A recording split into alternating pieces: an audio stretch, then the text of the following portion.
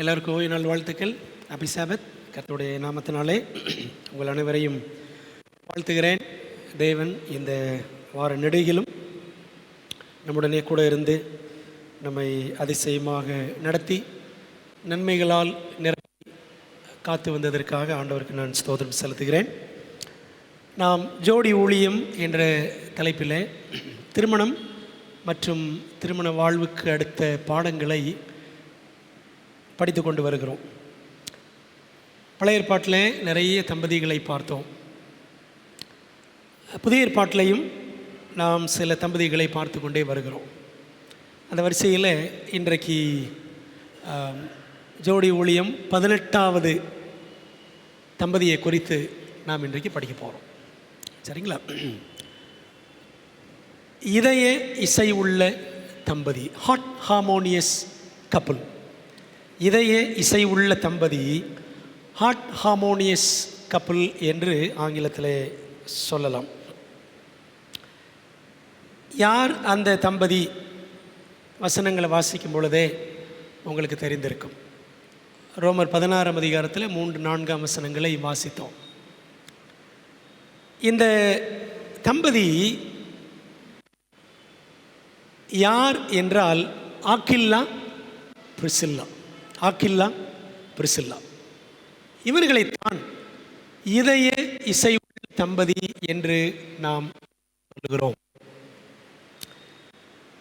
புதிய ஏற்பாட்டில் இருக்கக்கூடிய நிறைய தம்பதிகளில் இந்த தம்பதியை பற்றி 6 இடங்களில் வாசிக்கிறோம். 6 இடங்களில் வாசிக்கிறோம். இந்த தம்பதியை பற்றி ஏற்கனவே நம்ம கேட்டிருக்கோம். ஞாபகம் இருக்குன்னு நினைக்கிறோம். உங்களுக்கு ஏற்கனவே இதை பற்றி உங்களை பற்றி படிச்சிருக்கிறோம். பாஸ்டர் டேனியல் தாமஸ் பேசியிருக்கிறார். கூடார தம்பதி ஞாபகம் இருக்குங்களா? கூடார தம்பதி பாஸ்டர் சில மேபி 1 வருஷம் 1.5 வருஷத்துக்கு முன்னாடி பேசினாங்க. எத்தனை பேருக்கு ஞாபகம் இருக்குது எனக்கு தெரியல. ஆனால் இந்த தம்பதி வரிசையில் இவர்களை பற்றி சொல்லாமல் முடிப்பதற்கு எனக்கு மனம் இல்லை. அதனால தான் இவர்களை பற்றி திரும்பவும் படிக்க போகிறோம். ஆக்கில்லா பிரிசில்லா இந்த 2 பேரும் புதிய ஏற்பாட்டின் 4 புத்தகங்களில் 6 தடவை சொல்லப்பட்டிருக்கிறார்கள். சரிங்களா? 4 புஸ்தகங்களில் 6 தடவை சொல்லப்பட்ட ஒரு தம்பதி. அந்த 6 இடங்களையும் வாசிக்கலாம். முதல்ல படிச்சிடும். அந்த 6 இடங்களையும் வாசித்துட்டு 3 பாடங்களை நாம் படிக்க போகிறோம். 18ஆம் அதிகாரத்தில் 18வது அதிகாரம் 2ஆம் வசனம் பாருங்கள். யூதர் எல்லாரும் அப்போஸ்தலர் 18 அப்போஸ்தலர் 18 வசனம் 2. யூதர் எல்லாரும் ரோமாபுரி விட்டு போகும்படி கிளவுதிய ராயன் கட்டளையிட்டபடியினாலே இத்தாலியாவிலிருந்து புதிதாய் வந்திருந்த பொந்து தேசத்தானாகிய ஆக்கில்லா என்னும் நாமமுள்ள ஒரு யூதனையும் அவன் மனைவியாகிய பிரிஸ்கில்லாளையும் அங்கே கண்டு அவர்களிடத்திற்கு போனான் அப்படின்னு வாசிக்கிறோம். இது முதல் இடம். எல்லாம் கவனிச்சுட்டே வாங்க. அடுத்து அதே 18ஆம் அதிகாரம் 18ஆம் வசனம் 18. பவுல் அநேக நாள் அங்கே தரித்திருந்த பின்பு சகோதரரிடத்தில் உத்தரவு பெற்றுக்கொண்டு தனக்கு ஒரு பிரார்த்தனை உண்டாயிருந்தபடியினால் கெங்கிரேயா பட்டணத்தில் தலைச்சவரம் பண்ணி கொண்டு சிரியா தேசத்துக்கு போக கப்பல் ஏறினான். பிரிஸ்கில்லாலும் ஆக்கில்லாவும் அவனுடனே கூட போனார்கள் அப்படின்னு வாசிக்கிறோம். இது 2வது இடம். 26ஆம் வசனம் 26. அவன் ஜெபாலயத்தில் தைரியமாய் பேச தொடங்கின போது ஆக்கில்லாவும் பிரிஸ்கில்லாலும் அவன் பேசுகிறதை கேட்டு அவனை சேர்த்து கொண்டு தேவனுடைய மார்க்கத்தை அதிக திட்டமாய் அவனுக்கு விவரித்து காண்பித்தார்கள் அப்படின்னு வாசிக்கிறோம். எத்தனை முறை படிச்சிட்டோம்? 3 தடவை. சரிங்களா? ஒரே அதிகாரத்தில் 3 முறை இவர்களை பற்றி சொல்லப்பட்டிருக்கிறது. ரோமர் 16 3ஆம் வசனம். அதுதான் ஆரம்பத்தில் வாசித்தோம். என்ன சொல்லுது வசனம்? கிறிஸ்து இயேசுவுக்குள் என் உடன் வேலையாட்களாகிய பிரிஸ்கில்லாளையும் ஆக்கில்லாவையும் வாழ்த்துங்கள். இது 4வது தடவை. 1 கொரிந்தியர் 16ஆம் அதிகாரம். 1 கொரிந்தியர் 16 வசனம் 19. ஆசியா நாட்டில் உள்ள சபையார் உங்களை வாழ்த்துகிறார்கள். ஆக்கில்லாவும் பிரிஸ்கில்லாலும் தங்கள் வீட்டிலே கூடுகிற சபையோடும் கூட கர்த்தருக்குள் உங்களை மிகவும் வாழ்த்துகிறார்கள். இது 4வது தடவை. 5வது முறை எங்கே வாசிக்கும்? 6வது முறை, 6வது தடவை. சரிங்களா? அப்போஸ்தலர் 18 3 தடவை படித்தோம். 1 கொரிந்தியர் ரோமரில் படித்தோம் 4வது தடவை. 1 கொரிந்தியர் 16 5வது தடவை. கடைசியாக 2 தீமோத்தேயு 4வது அதிகாரம். 2 தீமோத்தேயு 4ஆம் அதிகாரம் வசனம் 19 வசனம் வாசிக்கிறேன். பிரிஸ்காலுக்கும் ஆக்கில்லாவுக்கும் ஒனேசி போர்வின் வீட்டாருக்கும் என் வாழ்த்துதலை சொல்லு அப்படின்னு வாசிக்கிறோம். மொத்தம் எத்தனை தடவை? 6 தடவை. இந்த 6 முறையும் பார்க்கும் பொழுது இந்த தம்பதியோட பேர் எப்படி தான் வருது? சேர்ந்தே வருது. சேர்ந்து தான் நீங்கள் பார்க்க முடியும். Their names are always together. அவருடைய பெயர்கள் சேர்ந்து தான் 6 இடங்களையுமே வாசிக்கிறோம். சரிங்களா? 4 புஸ்தகங்கள் 6 தடவை அப்படின்னு பார்த்தோம். இந்த 6 வசனங்களையும் நல்லா கவனிங்க. 4 இடத்துல பிரிஸ்கில்லா பேர் தான் முதல்ல இருக்கும். 4 இடங்களில் பிரிஸ்கில்லா பேர் தான் முன்னாடி இருக்கும். ஆக்கில்லா பேர் அடுத்து இருக்கும். 4 தடவை. நீங்கள் அதை சற்று யோசித்து பாருங்கள், படித்து பாருங்கள், உங்களுக்கு தெரியும். பிரியமானவர்களே, 6 இடங்களில் சொல்லப்பட்டிருக்கிற தம்பதி ஆச்சரியம், அவங்க பேர் சேர்ந்தே வரும். Their names are always together. பேர் சேர்ந்து தான் இருக்கும். நம்ம போன வாரத்துக்கு முந்தின வாரம் ஒரு தம்பதி பற்றி படித்தோம். இருக்குங்களா? யாரை பற்றி படித்தோம்? அக்ரிப்பா படித்தோம்ல. அக்ரிப்பா பெர்னிக்கேயால். அவங்கள பற்றி என்ன தலைப்பில் படித்தோம்? தி ஆல்மோஸ்ட் கப்புள் அப்படின்னு படித்தோம். அப்படி தானே? தி ஆல்மோஸ்ட் கப்புள் அப்படின்னு படித்தோம். ஆனால் இந்த தம்பதி ஆக்கில்லா பிரிஸ்கில்லா பற்றி சொல்லும் பொழுது தி ஆல் டுகெதர் கப்புள் அப்படின்னு சொல்லலாம். தி ஆல் டுகெதர் கப்புள். எப்பொழுதுமே இசைந்து செயல்படும் ஒரு தம்பதி. இந்த 2 பேரும் எப்பொழுதுமே இசைவோடு செயல்பட்டதை நான் பார்க்க முடியும். சரிங்களா? ஒரு குடும்பம் என்றால், ஒரு கிறிஸ்தவ குடும்பம் என்றால் எப்படி இருக்கணும், யாரை போல இருக்கணும் அப்படின்னு புதிய ஏற்பாட்டில் பார்த்தால் இந்த குடும்பத்தை நம்ம தவிர்க்கவே முடியாது.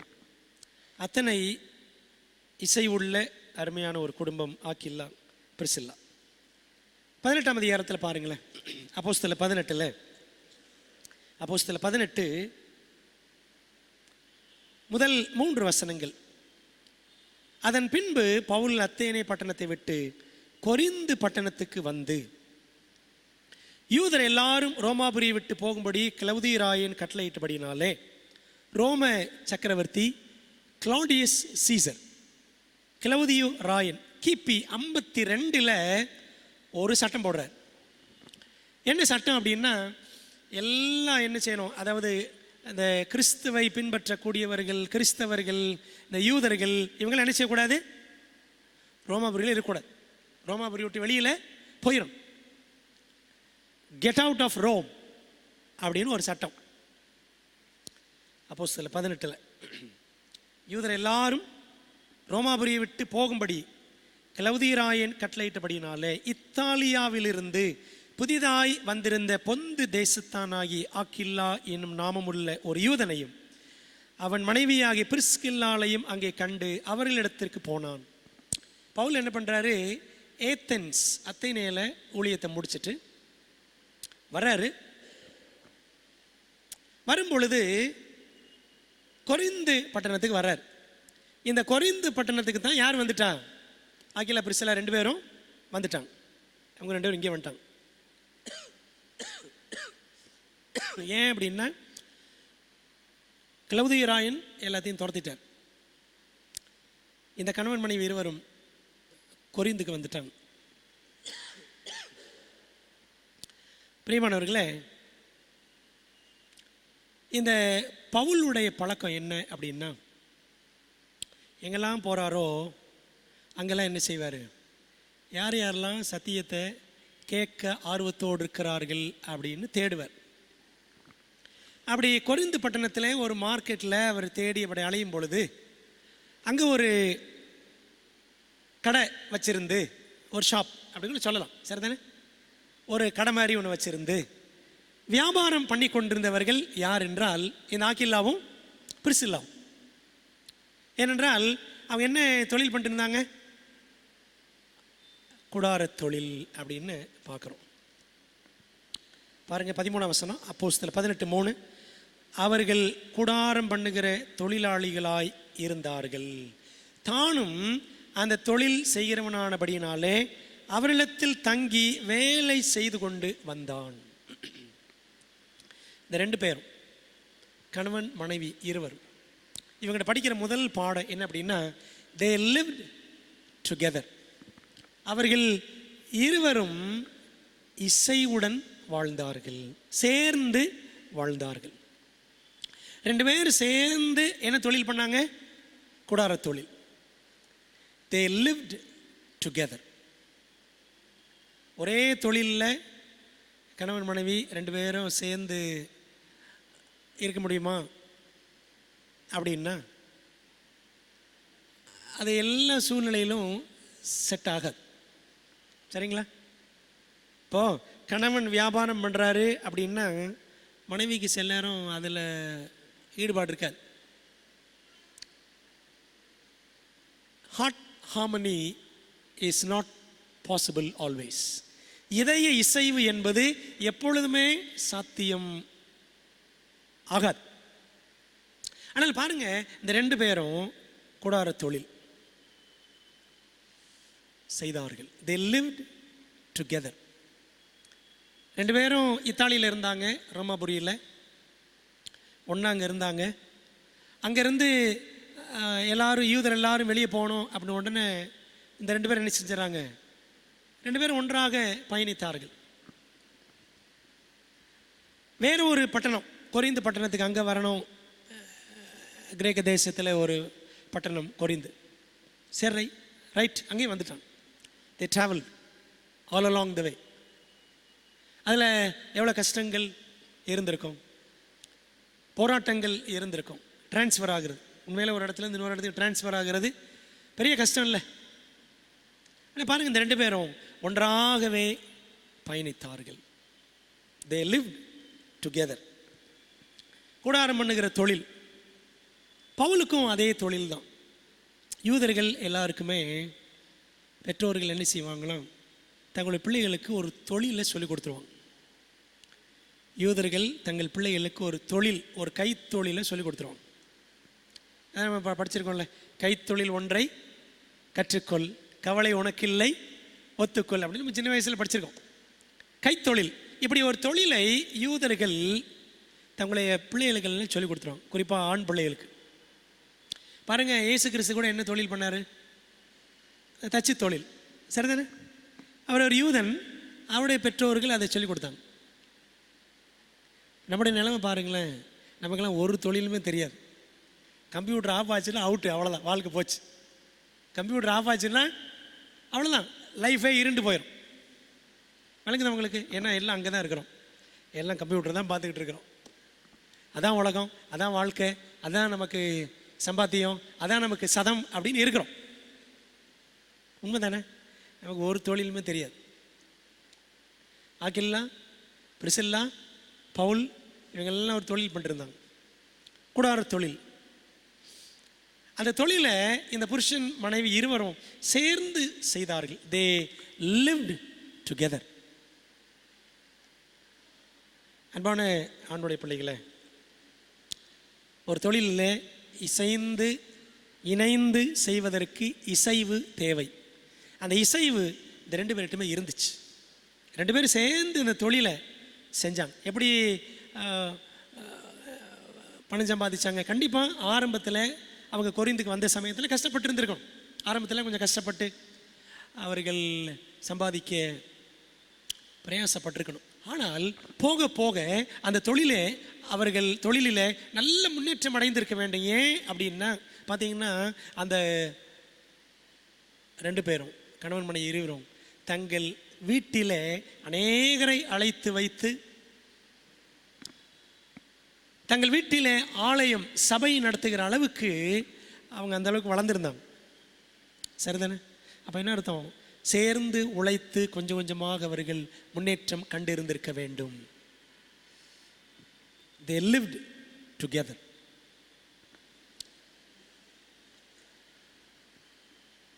ரெண்டாவது, இவர்கள்ட்ட படிக்கிற 2வது பாடம், they learned together. அவர்கள் இருவரும் இணைந்து கற்றுக்கொண்டார்கள். இருவரும் இணைந்து கற்றுக்கொண்டார்கள், சேர்ந்து வாழ்ந்தார்கள்.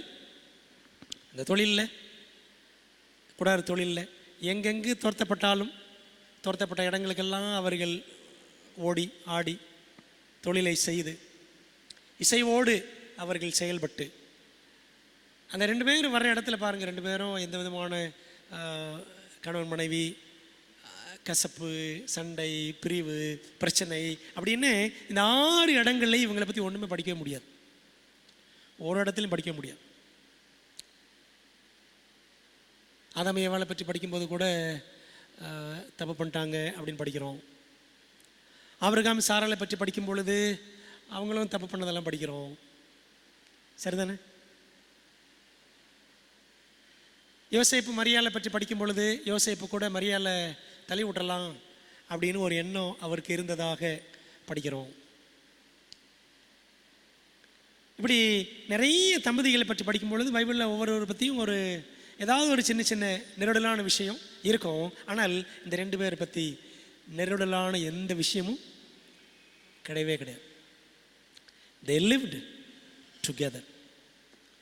கணவனும் மனைவியும் அப்படித்தாங்க இருக்கும். ஒரு கிறிஸ்தவ குடும்பம் அப்படித்தான் இருக்கும். இப்படித்தான் இருக்க வேண்டும் ஒரு குடும்பம். அதான் இன்றைக்கி படிக்கிற பாடம், இதே இசை உள்ள தம்பதியில் நம்ம படிக்கிற சப்டைட்டில் அதுதான், இப்படித்தான் இருக்க வேண்டும் ஒரு குடும்பம். இருவரும் சேர்ந்து வாழ்ந்தார்கள். இருவரும் சேர்ந்து ஆண்டவருடைய வார்த்தையை கற்றுக்கொண்டார்கள். They learned the word of God together. Pavul வந்தார், அவர்களோடு தங்கினார். எவ்வளோ நாள் தங்கியிருந்தாரா கொரிந்து பட்டணத்தில்? பாருங்களேன், 18ஆம் அதிகாரத்தில்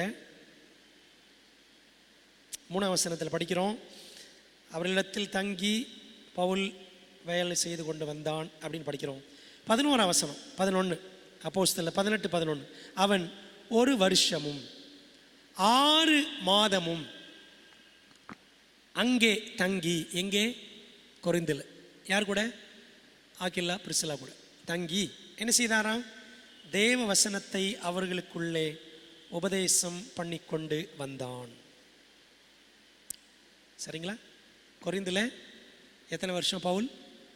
1.5 வருஷம், 18 மாதங்கள்.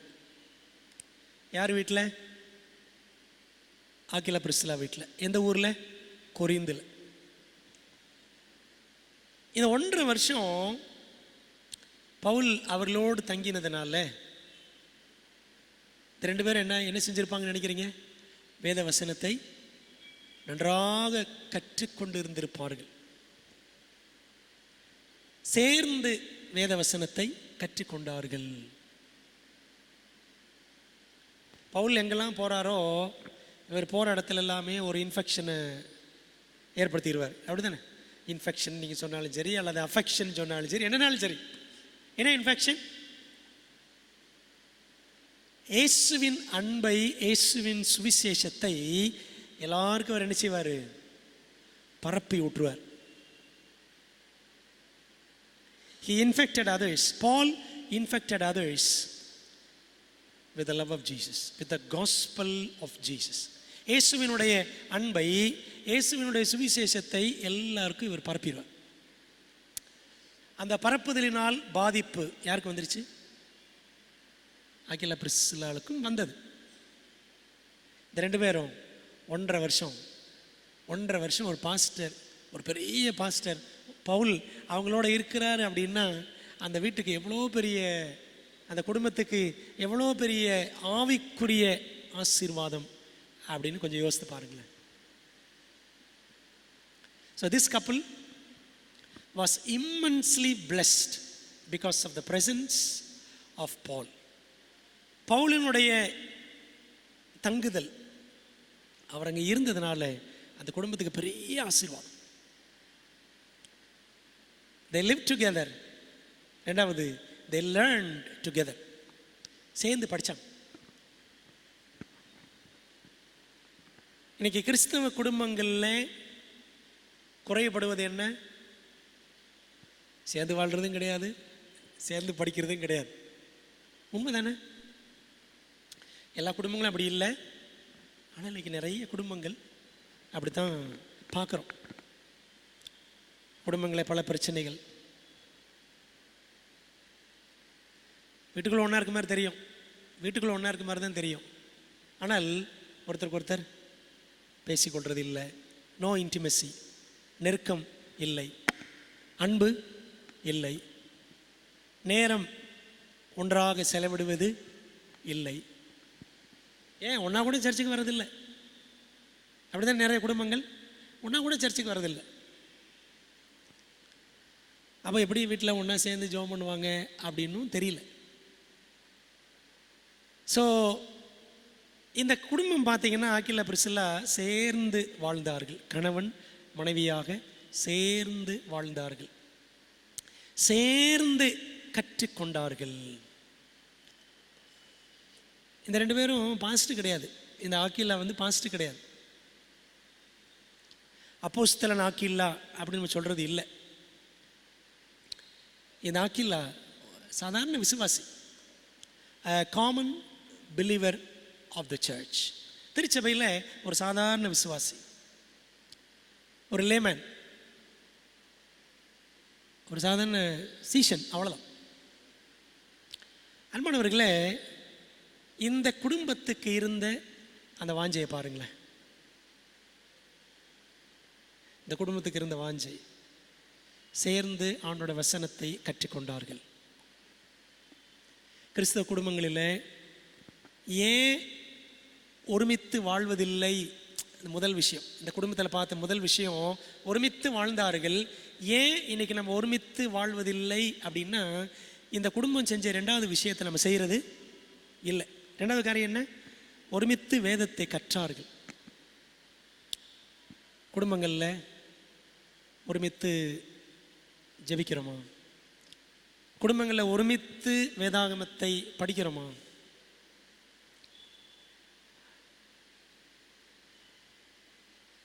ஒருமித்து குடும்ப ஜெபம் பண்ணுறோமா அப்படின்னா கிடையாது. நிறைய குடும்பங்களில் கிடையாது. டு பி ஃப்ராங்க், நிறைய குடும்பங்களில் கிடையாது. எத்தனை குடும்பங்கள் இருக்குது அப்படின்னு கை தூக்க சொன்னால் தெரில. எத்தனை பேர் கை தூக்க? கையில் தூக்க வேண்டாம். பிரியமானவர்களே, எந்த குடும்பம் சேர்ந்து பைபிளை கற்றுக்கொள்ளுகிறதோ அந்த குடும்பத்தில் பெரிய ஆசீர்வாதம் இருக்குது. கண்டிப்பாக இருக்கும்.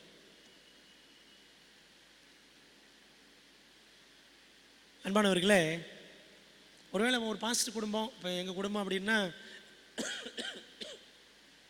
குடும்ப ஜெபம் பண்ணுவீங்களா? குடும்ப ஜெபம் பண்ணுவோம். மாதத்துக்கு உபவாச ஜெபம் இருப்பீங்களா? இருப்போம். ஃபேமிலியாக நாங்கள் இருப்போம். ஆனால் இது எல்லா கிறிஸ்துவ குடும்பங்களிலும் சாத்தியப்படுமா? பாஸ்டர் குடும்பம் பண்ணிடுவார், நம்ம குடும்பங்கள்லாம் நடக்குமா அப்படின்னா எப்படி? நமக்கு தான் தெரியும். அன்பான தேவ பிள்ளைகளே, குடும்பங்களில் இருக்கிற பெரிய குறைபாடு இதுதான். சேர்ந்து வேதாகமத்தை கற்றுக்கொள்வது இல்லை. ஆனால் இந்த குடும்பம் 1.5 வருஷம் பவுலோடு சேர்ந்து வேதாகமத்தை கற்றுக்கொண்டார்கள். They lived together. ரெண்டாவது, they learned together. சேர்ந்து வாழ்ந்தார்கள், சேர்ந்து கற்றுக்கொண்டார்கள். இதை கிறிஸ்தவ குடும்பங்கள் செய்யணும். மூணாவது பாருங்களேன்,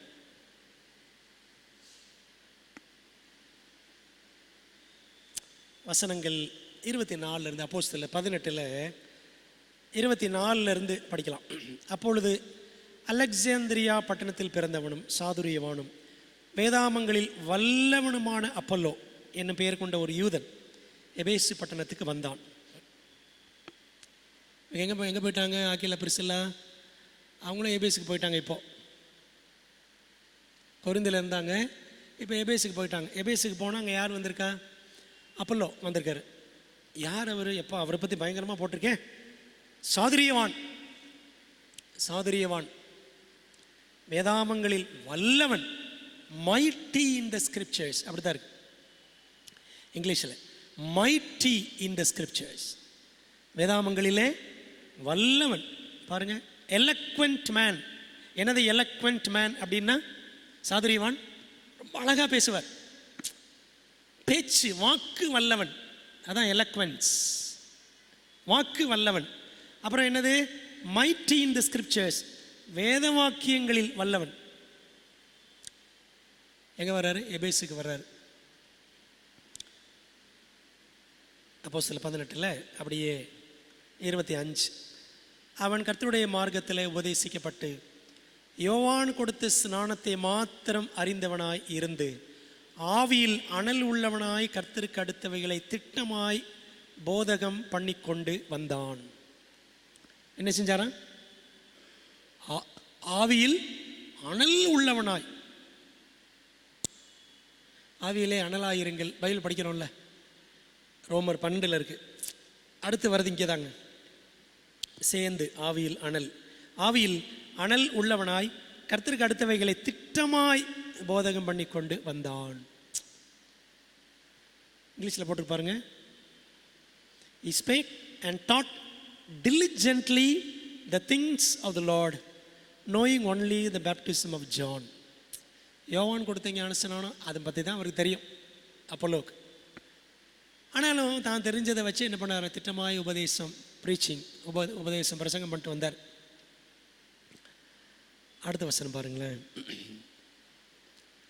26. அவன் ஜெபாலயத்தில் தைரியமாய் பேச தொடங்கின போது, தைரியமாக பேசுவார், சாதுரியமாக பேசுவார், வேத வாக்கியங்களில் வல்லவன், ஆவியிலே அனல் உள்ளவன். அப்படி பேச தொடங்கின போது ஆக்கில்லாவும் பிரிஸ்கில்லாலும் அவன் பேசுகிறதை கேட்டு அவனை சேர்த்து கொண்டு தேவனுடைய மார்க்கத்தை அதிக திட்டமாய் அவனுக்கு விவரித்து காண்பித்தார்கள். என்ன பண்ணாராம் அப்போல்லோ? அவர் இப்படி பிரசங்கம் பண்ணாராம். முந்தின வசனத்தில் என்ன படித்தோம்? திட்டமாய். இவங்க 2 பேரும் என்ன செய்கிறாங்க? அவரை கூட்டிகிட்டு போய் எப்படி? வசனம் என்ன இருக்குது? அதிக திட்டமாய். இங்கிலீஷில் எப்படி இருக்கு பாருங்க. Aquila and Priscilla had heard, they took him unto them and expounded unto him the way of God more perfectly. யார் அவர்? Apollo pastor. இவங்க 2 பேர் யார்? லே பீப்புள், விசுவாசிகள். சரிதானே? இந்த 2 விசுவாசிகளும் அந்த பாஸ்டர் வீட்டுக்கு கூட்டிகிட்டு போயிட்டு 2 பேரும் என்ன பண்ணாங்களா? இவருக்கு அதிக திட்டமாய், அவர் திட்டமாய் உபதேசம் பண்ணார். இவங்க 2 பேரும் பாஸ்டருக்கு என்ன செய்கிறாங்க? அதிக திட்டமாய் உபதேசம், விவரித்து விவரித்து. எவ்வளோ நேரம் விவரித்தாங்களோ, எத்தனை மணி நேரம் விவரித்தாங்களோ, எத்தனை நாள் விவரித்தாங்களோ தெரியல. அதிக திட்டமாய் விவரித்து காண்பித்தார்கள். மோர் பர்ஃபெக்ட்லி. இப்போ சொல்லுங்கள், இவங்களுக்கு இந்த 2 பேருக்கும், கணவன் மனைவி 2 பேருக்கும் பைபிள் நல்லா தெரிஞ்சிருக்குமா தெரிஞ்சிருக்காதா? பாஸ்ட்டுக்கே டீச் பண்ணியிருக்காங்க. இந்த பாஸ்ட்டும் நீ என்ன சொல்லுது நான் என்ன கேட்குறது அப்படிலாம் நினைக்கல. இவர் என்ன பண்ணுறாரு? இவரும் போனார், கற்றுக்கொண்டார். அப்போ என்ன 3வது பாடம் படிக்கணும்னா, they labored together. They labored together, they lived together. முதல் பாடம், சேர்ந்து வாழ்ந்தார்கள். 2வது, தே லேர்ன்ட் டுகெதர், சேர்ந்து கற்றுக்கொண்டார்கள். 3வது, தே லேபர்ட் டுகெதர், சேர்ந்து ஊழியம் செய்தார்கள். பார்த்தீங்களா? இந்த பாஸ்டருக்கு 2 பேரும் சொல்லிக் கொடுத்தாங்களாம். ஒரு கிறிஸ்தவ குடும்பம் எப்படிலாம் வேலை செய்யலாம். நாளைக்கு இந்த தொடரை நாளைக்கு முடிக்க போகிறோம். நாளைக்கு தெய்வீக ஆராதனை முடிக்க போகிறோம்.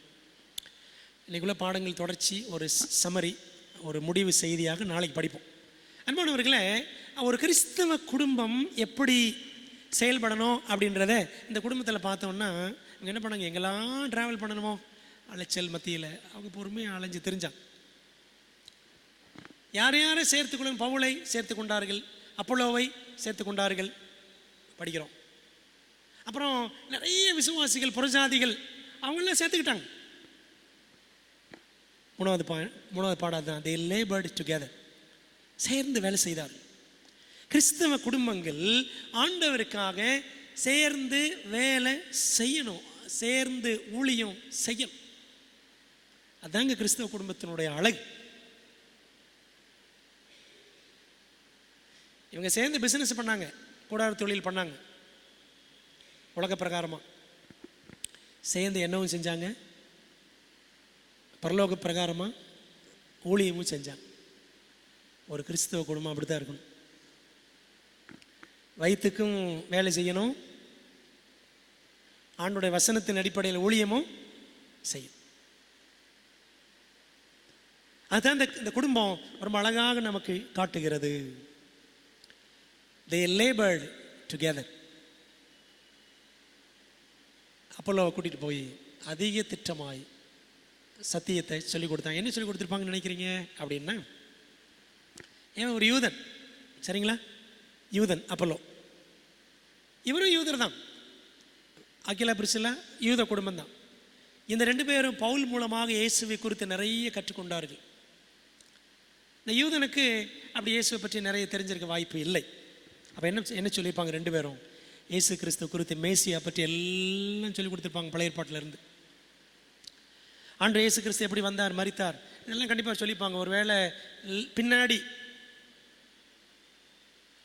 இந்த அப்போலோ பிறந்தாரோ, சின்ன வயசோ, ஒரு 20-22 வயசு இருந்திருக்குமா தெரியல நமக்கு. ஒருவேளை இயேசு கிறிஸ்து மரித்த டைமில் சின்ன பையனா ஒருவேளை அந்த அப்போலோ இருந்திருக்கலாம், நமக்கு தெரியல. அப்போது இயேசு குறித்து எல்லாம் சொல்லிக் கொடுக்குறான். அவர் பரமேறி சென்றதும், பரிசுத்தாவியினர் ஊற்றப்பட்டது, பெந்தெகோஸ்தே, இது எல்லாத்தையும் சொல்லிக் கொடுக்குறாங்க. ஏனென்றால் இந்த அப்போலோவுக்கு யோவான் கொடுத்த ஞானஸ்நானம் மட்டும்தான் தெரியும். ஆண்டவர் இயேசு கிறிஸ்து சொல்லி சென்ற பிதா குமாரன் பரிசுத்தாவியினாலே ஞானஸ்நானம் தெரியல.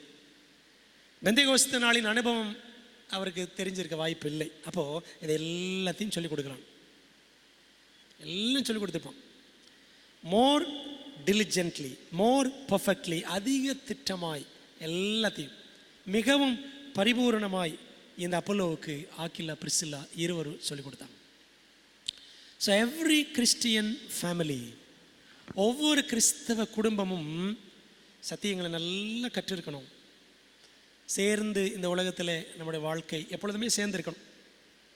6 இடங்களில் இந்த குடும்பம் சேர்ந்து தான் சொல்லப்பட்டிருக்கிறாங்க. ஆக்கிலா பிரிசில்லா எக்காரம் கொண்டோ ஒரு கிறிஸ்தவ குடும்பம் உடையவோ பிரியவோ கூட. ஆனால் நம்முடைய பாவ பலவீனங்களினால், நம்முடைய மாம்ச குறைபாடுகளினால் குடும்பங்கள் உடைகின்றன, தம்பதிகள் பிரிகின்றன. ஆனால் ஆண்டோட வசனத்திற்கு இசைவாக வாழும் பொழுது இந்த பிரிவெல்லாம் வராது. they live together. ரெண்டாவது they learn together. ஆண்டோட வசனத்தை கற்றுக்கிட்டாங்க. அப்படி வேத வசனங்களை நன்றாக கற்றுக்கொள்வதற்கு நமக்கு தீவிரம் தேவை. அதனால தான் பாருங்கள், ஒரு பாஸ்டருக்கே சொல்லிக் கொடுக்குற அளவுக்கு இவர்கள் அப்படி ஊழியம் செய்கிற அளவுக்கு வளர்ந்தாங்க. ஸோ they labored together, சேர்ந்து ஊழியம் செய்தார்கள். they labored together. ரோமர் 16 பாருங்களேன். ரோமர் 16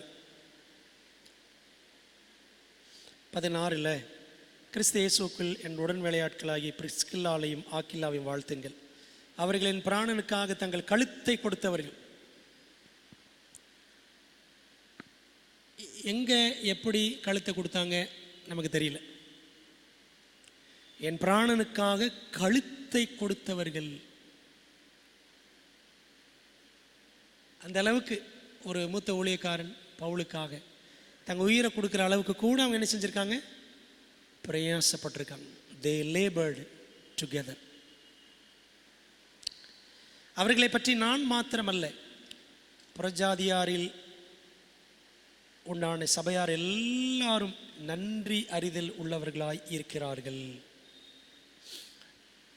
யூதர்களும் புறஜாதிகளும் ஒன்றும் சேர மாட்டாங்க, அப்படிதானே? அப்படிதானே? ஆனால் இந்த ஆக்கில்லா என்ற யூத குடும்பம் புறஜாதிகளுக்கும் எவ்வளவோ சேவை செஞ்சுருக்காங்க, ஊழியங்கள் செஞ்சுருக்காங்க. They labored together for the Gentiles. புறஜாதிகளுக்காக ஊழியம் செஞ்சுருக்காங்க, பாகுபாடெல்லாம் ஊழியம் செஞ்சுருக்காங்க. ஆணுடைய பிள்ளைகள் கிறிஸ்தவ குடும்பங்கள் சத்தியத்தில் இருக்கிற குடும்பங்கள் சபையில் எந்த விதத்திலையும் யாருக்கிட்டையும் பாகுபாடு ஒரு இன்ச்சு கூட காட்டக்கூடாது. சரிதானே? இந்த ஜாதி அந்த ஜாதி, அவங்கள இப்படி மேலே விடுறது, இவங்களை இப்படி மேலே விடுறது, அதெல்லாம் நம்மகிட்ட இருக்கவே கூடாது. இதெல்லாம் இருந்துச்சுன்னு வச்சுக்கோங்களேன், இந்த மாதிரி பாகுபாடு இருந்துச்சுன்னா பரலோகத்திலாம் போகவே முடியாது. நினச்சே பார்க்கக்கூடாது. பரலோகத்திலாம் போகவே முடியாது. கேட்டுக்கிட்ட கூட ஆண்டு விட மாட்டார். ஏன் இவ்வளோ சீரியஸாக சொல்கிறேன் அப்படின்னா, இந்த மாதிரி பிரச்சனைகள் இருக்கு இன்றைக்கி நிறைய சபைகளில், கிறிஸ்தவ சபைகள், உலகளாவிய கிறிஸ்தவ சபைகளில். அதில் இந்தியாவில் எல்லா திருச்சபைகளிலும் நம்முடைய திருச்சபையில் இருக்குது இந்த பாகுபாடு இருக்குது. ஆனால் பாருங்கள், பவுல் சொல்கிறாரு, புறஜாதியாரில் உண்டான சபையார் எல்லாரும் நன்றியறது உள்ளவர்களாக இருக்கிறார்கள். யாருக்கு நன்றியறது உள்ளவர்களாக இருக்கிறாங்களா?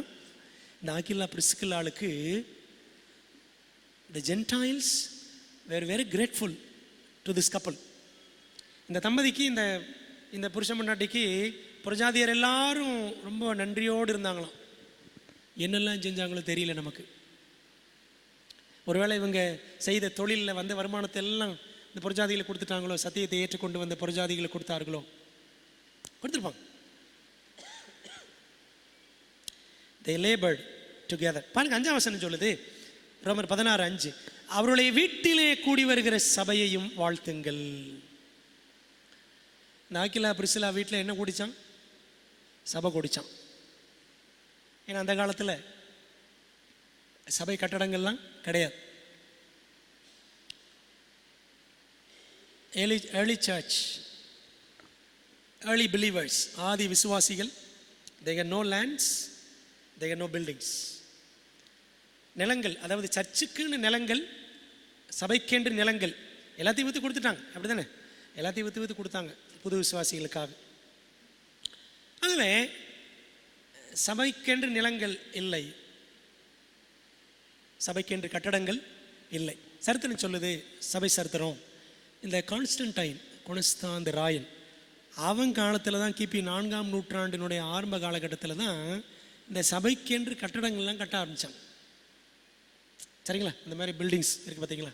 இதெல்லாம் கான்ஸ்டன்டைன், ரோமன் எம்பரர் கான்ஸ்டன்டைன், கொனஸ்தாந்தராயன் காலத்திலேருந்து தான் கட்டடங்கள் கட்ட ஆரம்பித்தாங்க. அப்போது சபையில் எங்கே கூடிச்சு? they all gathered in some houses. வீடுகளிலே கூடினார்கள். ஆதி திருச்சபையின் காலகட்டத்தில் திரும்ப அப்படி தான் வரும். சரிங்களா? திரும்ப அப்படி தான் வரும். நெடுங்காலம் இந்த மாதிரி சபையிலே கூடுகிற இந்த மாதிரி சுதந்திரம் ரொம்ப நாள் இருக்காது அப்படின்னு நினைக்காது. இருக்கும்னு நினைக்காது. சுதந்திரம் இருக்கும் கடைசி வரைக்கும் அப்படி நினைக்க வேண்டாம். சீக்கிரத்தில் ஆதி திருச்சபையில் எல்லாம் ஒன்றா கூடாங்க பார்த்தீங்களா? வீடுகளில் அந்த மாதிரி கூடக்கூடிய நாட்கள் வரும்.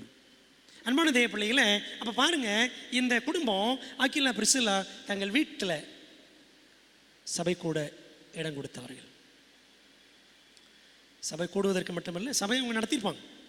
சரிதானே? they labored together. 2 கொரிந்தியர் 16:19 பாருங்கள். 2 கொரிந்தியர் 16:19 ஆசியா நாட்டில் உள்ள சபையார் உங்களை வாழ்த்துகிறார்கள். ஆக்கில்லாவும் பிரிஸ்கில்லாலும் தங்கள் வீட்டிலே கூடுகிற சபையோடும் கூட கர்த்தருக்குள் உங்களை மிகவும் வாழ்த்துகிறார்கள். இங்கே 2ஆம் முறை சொல்கிறார் பவுல், ஆக்கில்லா பிரிஸ்கில்லா வீட்டில் என்ன கூடுது? சபை கூடுது. கொரிந்த பட்டணத்தாருக்கு கடிதம் எழுதும் பொழுது பவுல், இவங்களும் உங்களை வாழ்த்துறாங்க, ஆக்கில்லா பிரிஸ்கில்லாலும் உங்களை மிகவும் வாழ்த்துகிறார்கள், தங்கள் வீட்டில் கூடுகிற சபையோடும் கூட கர்த்தருக்குள் உங்களை மிகவும் வாழ்த்துகிறார்கள் அப்படின்னு எழுதுறார். பிரியமானவர்களே, அப்போ தங்கள் வீட்டில் ஊழியம் நடப்பதற்கு, ஆராதனை நடப்பதற்கு அவர்கள் திறந்து கொடுத்தார்கள்.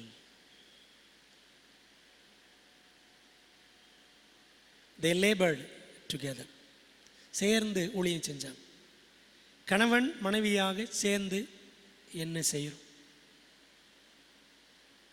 ஏதாவது செய்கிறோமா ஆண்டவருக்காக? சர்ச்சில் வந்து ஸ்பெஷல் சாங் பாடுறோம், இதெல்லாம் வேற, இதெல்லாம் விட்டுருங்க. உள்ளே வந்து பாட்டு பாடுறது, உள்ளே வந்து இதெல்லாம் இங்கே வந்து செய்கிற. வெளியில் என்ன செய்கிறோம்? வெளியில் நம்ம உறவுகள் மத்தியில், அக்கம் பக்கத்தார் மத்தியில், குடும்பமாக என்ன செய்கிறோம்?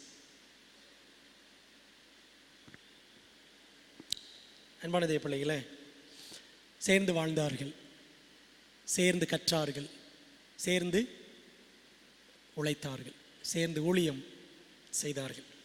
இந்த குடும்பம் பவுலுக்கு ரொம்ப பிரியமான ஒரு குடும்பம். பவுலுக்கு மிகவும் பிரியமான குடும்பம் ஆக்கில்லா பிரிசில்லா குடும்பம். அதனால தான் பாருங்கள், அவர் எழுதின கடைசி நிருபம், பவுல் 2வது முறை ரோமாபுரி சிறைச்சாலையில் போடப்பட்ட பொழுது அவர் எழுதின கடைசி நிருபம் 2 தீமோத்தேயு அவர் எழுதின கடைசி நிருபம். அதில் 4ஆம் அதிகாரத்தில் கடைசியாக சிலரை அவர் நினைவு கூறுகிறார். கடைசியாக சிலருக்கு வாழ்த்துதல் சொல்லுகிறார்.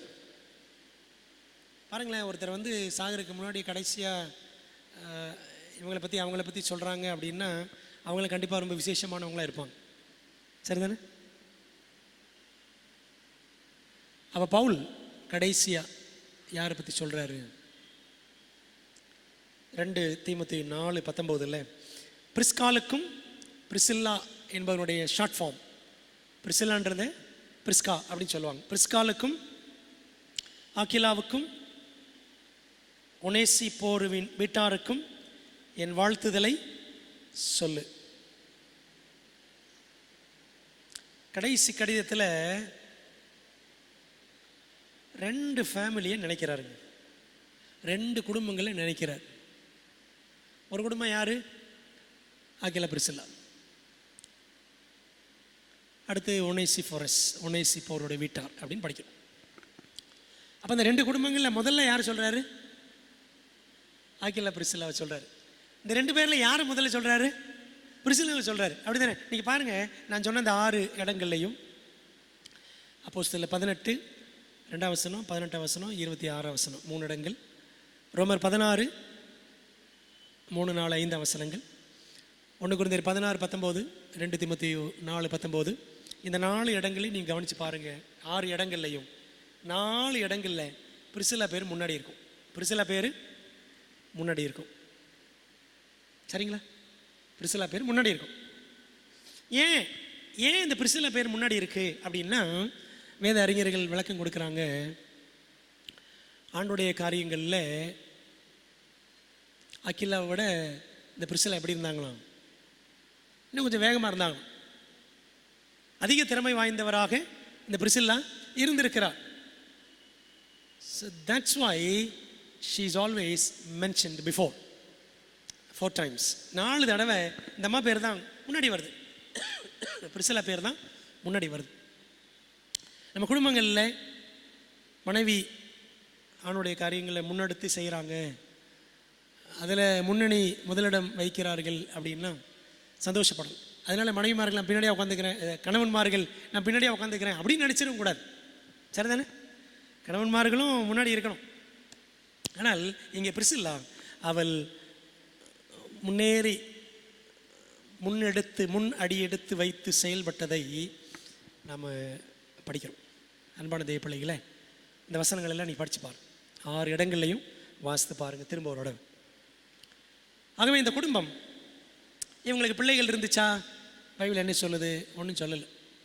பிள்ளைகள் இருந்துச்சா இல்லையா, இந்த பிரிசில்லா மலடியா என்ன ஏது ஒன்றும் தெரில.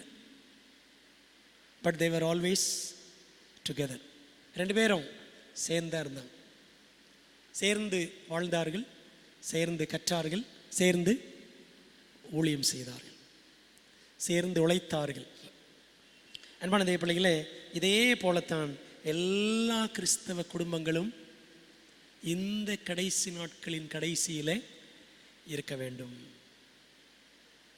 குடும்பங்கள் பிரிதலும், குடும்பங்கள் வேதத்தை கற்காமல் கற்றுக்கொள்ளாமல் இருத்தலும், குடும்பங்கள் சேர்ந்து ஆண்டவருக்காக ஊழியம் செய்யாமல் இருத்தலும் கிறிஸ்தவ குடும்பங்களுக்கான அழகு இல்லவே இல்லை. ஆக அன்பான தேவனுடைய பிள்ளைகளே, நம்ம எப்படி இருக்கணும்? ஆண்டவரே, இப்படித்தான் இருக்க வேண்டும் ஒரு கிறிஸ்தவ குடும்பம் என்பதற்கு ஒரு சிறந்த முன்மாதிரி இவங்க தான். பிள்ளை இல்லாமல் அவர்கள் இருந்தார்களோ, அப்படி இருந்ததுக்காக, பிள்ளையற்று போனதற்காக முறுமுறுத்தார்களோ, சண்டை போட்டார்களோ, பிரிந்து போனார்களோ, அப்படிலாம் இல்லை. For tiny reasons, for simple reasons, today families are breaking apart. அப்படி தானே? சின்ன சின்ன சின்ன விஷயங்கள், சாதாரண விஷயங்களுக்கான பார்த்தீங்கன்னா குடும்பங்கள் இன்னைக்கு உடஞ்சிக்கிட்டு இருக்கு. சாதாரண விஷயங்கள், பணமாக இருக்கும், நகையாக இருக்கும், அப்படி தானே? இதுக்காக, பணத்துக்காக, நகைக்காக, சாமான் சட்டைகளுக்காக, கட்டில் பீரோவுக்காக, இந்த அற்பத்தனமான காரியங்களுக்காக நீ குடும்பங்கள் ஒன்றுமில்லாமல் போகின்றன. ஆனால் பிரியமானவர்களே, அது தேவனுடைய திட்டம் கிடையாது. தேவனுடைய திட்டம் என்ன? இந்த குடும்பம் என்ன பண்ணிச்சோம் அதை நம்ம பண்ணணும், அவ்வளோதான். சரிதானே? நாக்கிலா பிரிசலா குடும்பம் எப்படி இருந்துச்சு அதை நம்ம செய்யணும். ஆகவே அன்பான கர்த்தருடைய பிள்ளைகளே, நாமும் சேர்ந்தே வாழவும், சேர்ந்தே வசனத்தை கற்கவும், சேர்ந்தே ஆண்டோட நாமத்தின் மகிமைக்கென்று ஊழியம் செய்யும். இதுதான் காலம், இதுதான் காலம். இந்த காலத்தை பயன்படுத்தாவிட்டால் இன்னொரு காலம் வராது. சரிதானே? அடிக்கடி நான் மனசில் அப்பப்போ நினச்சிட்டே இருப்பேன், அடிக்கடி நினைப்பேன். என்ன அப்படின்னா, முருதைகாய் எஸ்தர்கிட்ட சொல்லுவார். என்ன சொல்லுவார்? உனக்கு இப்படிப்பட்ட ராஜ மேன்மை எதுக்கு? நீ இப்படிப்பட்ட காலத்துக்கு உதவியாக இருக்கும்படி உனக்கு இந்த ராஜ மேன்மை கிடைத்திருக்கலாமே. அன்பான தேவ பிள்ளைகளை, அதுதான் நம்ம எஸ்தர் புத்தகத்தில் 4ஆம் அதிகாரத்தில் வாசிக்கிறோம். எஸ்தர் 4:14, 4:14. நீ இந்த காலத்தில் மௌனமாக இருந்தால் யூதருக்கு சகாயமும் ரட்சிப்பும் வேறொரு இடத்திலிருந்து எழும்பும். அப்பொழுது நீயும் உன் தகப்பன் குடும்பத்தாரும் அழிவீர்கள். நீ இப்படிப்பட்ட காலத்துக்கு உதவியாக இருக்கும்படி உனக்கு ராஜமேன்மை கிடைத்திருக்கலாமே, யாருக்கு தெரியும் என்று சொல்ல சொன்னான். உனக்கு இப்படிப்பட்ட ராஜமேன்மை, நீ எங்கேயோ அனாதையாக கடந்த, எங்கேயோ நீ அனாதையாக கடந்த, அப்பாவும் கிடையாது, அம்மாவும் கிடையாது. ஆண்டவர் உன்னை இந்த அளவுக்கு உயர்த்தி இருக்கிறார். எஸ்தர், உன்னை ஆண்டவர் இந்த அளவுக்கு உயர்த்தி இருக்கிறாரு. உனக்கு இந்த ராஜமேன்மை எதுக்கு? நீ இப்படிப்பட்ட காலத்துக்கு உதவியாக இருக்கணும். அதுக்காகத்தான். அன்பான தேவ பிள்ளைகளை, இந்த வசனத்தை அவ்வப்பொழுது நான் மனசில் ஞாபகம் வந்துக்கிட்டே இருக்கு. எனக்கு நமக்கு ஆண்டவர் கொடுத்துருக்கிறதுலாம் என்னது? ராஜமேன்மை. ஒரு ஊழியக்காரனா, ஒரு டீச்சரா, ஒரு ஒர்க்கரா, எங்கெங்கே நம்ம இருக்கிறோமோ, எங்கெங்கே இருக்கிறோமோ நமக்கு ஆண்டவர், ஒரு நர்ஸா, ஒரு டாக்டரா, எங்கெல்லாம் இருக்கிறோமோ ஆண்டவர் நம்ம கொடுத்துருக்கிறது என்னது? ஒரு ராஜமேன்மை. குடும்பமாக இருக்கிறோமா, கணவன் மனைவி பிள்ளைகளோடு, அது நம்ம கிடைச்சிக்கிற ராஜமேன்மை. ஒற்றுமையாக சந்தோஷமாக இருக்கிறோமா, பெரிய ராஜமேன்மை. இந்த ராஜமேன்மையை யாருக்காக பயன்படுத்தணும்? ராஜாவுக்காக பயன்படுத்தணும்.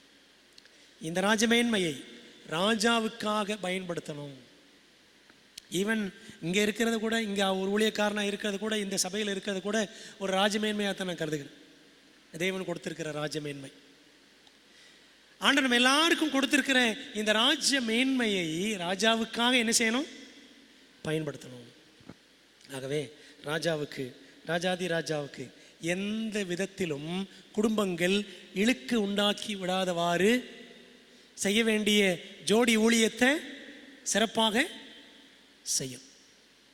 ஜோடி ஊழியத்தை சிறப்பாக செய்யும். பேர் மினிஸ்ட்ரி அந்த ஜோடி ஊழியத்தை சேர்ந்து செய்வோம்.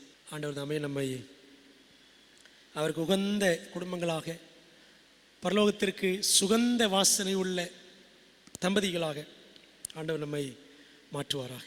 நம்ம ஒப்படைப்போம்.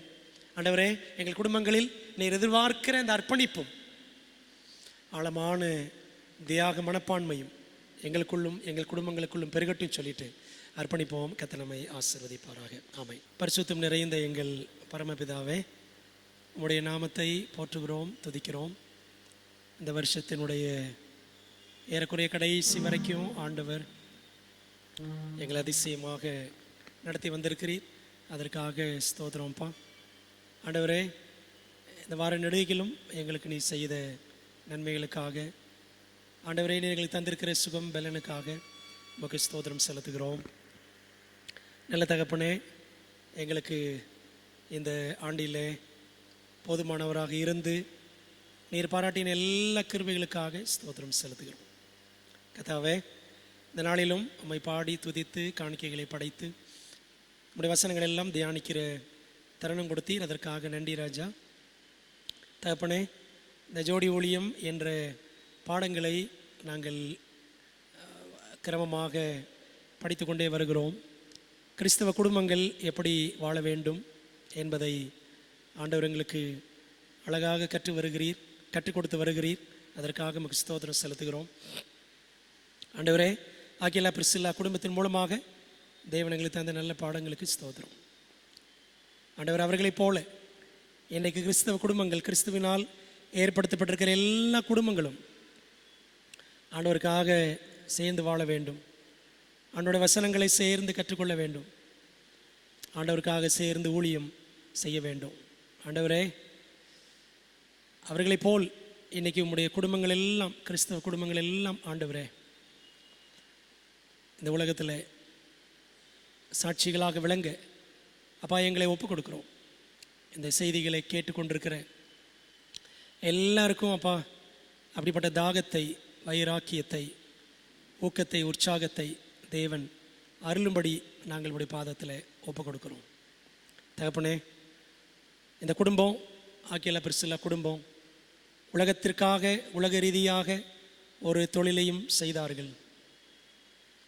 ஆவிக்குரிய ரீதியாக செய்ய வேண்டிய ஆத்தும ஆதாய ஊழியத்தையும் செய்தார்கள். ஆனால் ஆண்டவரே, இன்றைக்கு நாங்கள் உலக ரீதியான தொழிலுக்கே அதிக நேரம் முக்கியத்துவம் கொடுக்குறோம். ஆனால் ஆண்டோடைய ஊழியத்திற்கு நேரமே கொடுக்காத நிலையில் அநேகர் இருக்கிறோம். அற்ப சொற்ப மணித்துளிகளை கொடுக்கிறவர்களும் இருக்கிறோம். கொடுக்க வேண்டும் என்று நினைத்து கொண்டு கொடுக்காமலே காலந்தள்ளி கொண்டிருக்கிற நிலையிலும் நிறைய பேர் இருக்கிறோம். ஆண்டவரே, அப்பா, எங்களை தொடுவீராக, எங்களை மாற்றுவீராக. எங்களுக்கு கிடைத்திருக்கிற ராஜமேன்மை ஆண்டோடைய பிள்ளைகளாக, ஆண்டோடைய கிறிஸ்தவ குடும்பங்களாக இருப்பது எங்களுக்கு ராஜமேன்மை. எங்களுக்கு ஆண்டவர் கொடுத்திருக்கிற இந்த சத்தியம், இந்த சபை ஒரு பெரிய ராஜமேன்மை. ஆம் தகப்பனே, கர்த்தர் கொடுத்திருக்கிற இந்த ராஜமேன்மையை ராஜாதி ராஜாவுக்காக செலவிட அப்பா எங்களுக்கு கிருபைகளை தாரும்.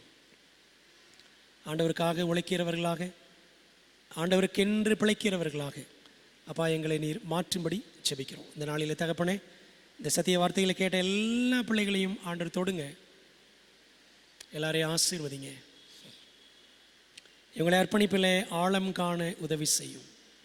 எங்கள் ஆவிக்குரிய வாழ்க்கையில் இன்னும் வளர எங்களுக்கு உதவி செய்யும். தெய்வனை மையப்படுத்துவதில் எப்பொழுதும் எங்களுக்கு தீவிரத்தை தாரும். இந்த நாளில் வந்திருக்கிற பிள்ளைகள், ஆலயத்தில் இருக்கிறவர்கள், ஆன்லைனில் இருக்கிறவர்கள் யாவரையும் ஆசீர்வதிங்க.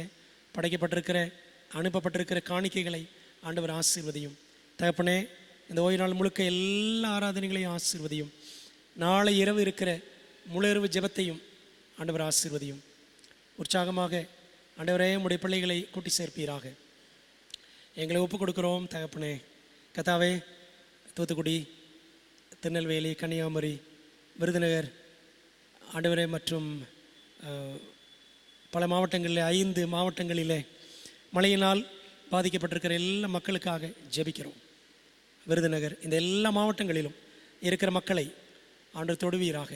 கர்த்தாவே, இன்னும் மழைநீர் வடியாமல் கஷ்டப்படுகிற மக்களுக்கு ஆண்டவர் உதவி செய்யும்.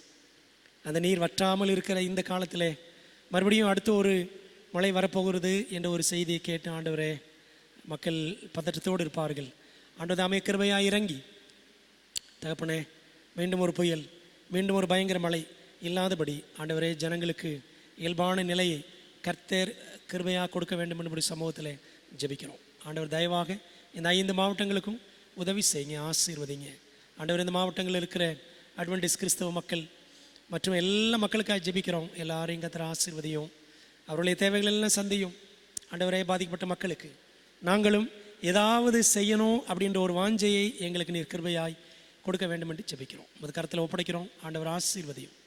முதல் தயவுள்ள கரங்களோடு இந்த இரவில் இருந்து பாதுகாத்து மீண்டும் காலையில் நம்முடைய சமூகத்தில் வந்து சேர எங்களுக்கு கிருபை பாராட்டும், வழி நடத்தும்.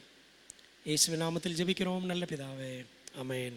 என் ஆத்மாவே கர்த்தரை ஸ்தோத்திரி, என் முழுமையோட பரிசுத்த நாமத்தை ஸ்தோத்திரி. என் ஆத்மாவே கர்த்தரை ஸ்தோத்திரி, அவர் செய்த சகல உபகாரங்களையும் மறவாதே, ஆமென். நம்முடைய கர்த்தராக இருக்கிற இயேசு கிறிஸ்துவின் கிருபையும் பிதாவாகிய தேவனுடைய அன்பும் ஆவியானவரின் ஐக்கியமும் ஆசீர்வாதமும் தேவதூதர்களின் பாதுகாப்பு வழி நடத்தலும் நம்ம எல்லாரோடும் மீண்டும் என்றும் சதா காலங்களிலும் தங்கியிருப்பதாக, ஆமென்.